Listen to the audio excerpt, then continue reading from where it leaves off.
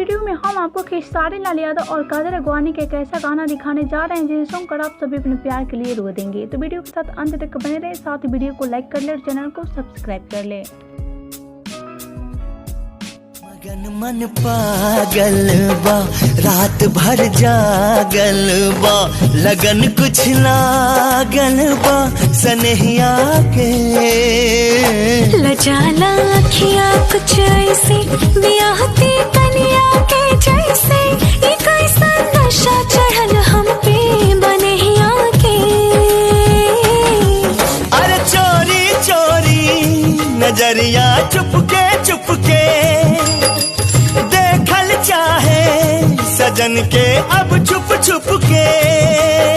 नजर मिले पलक झुके दिलवा धड़के, अजब शुरुआत हो खाता नजर से बात हो खाता।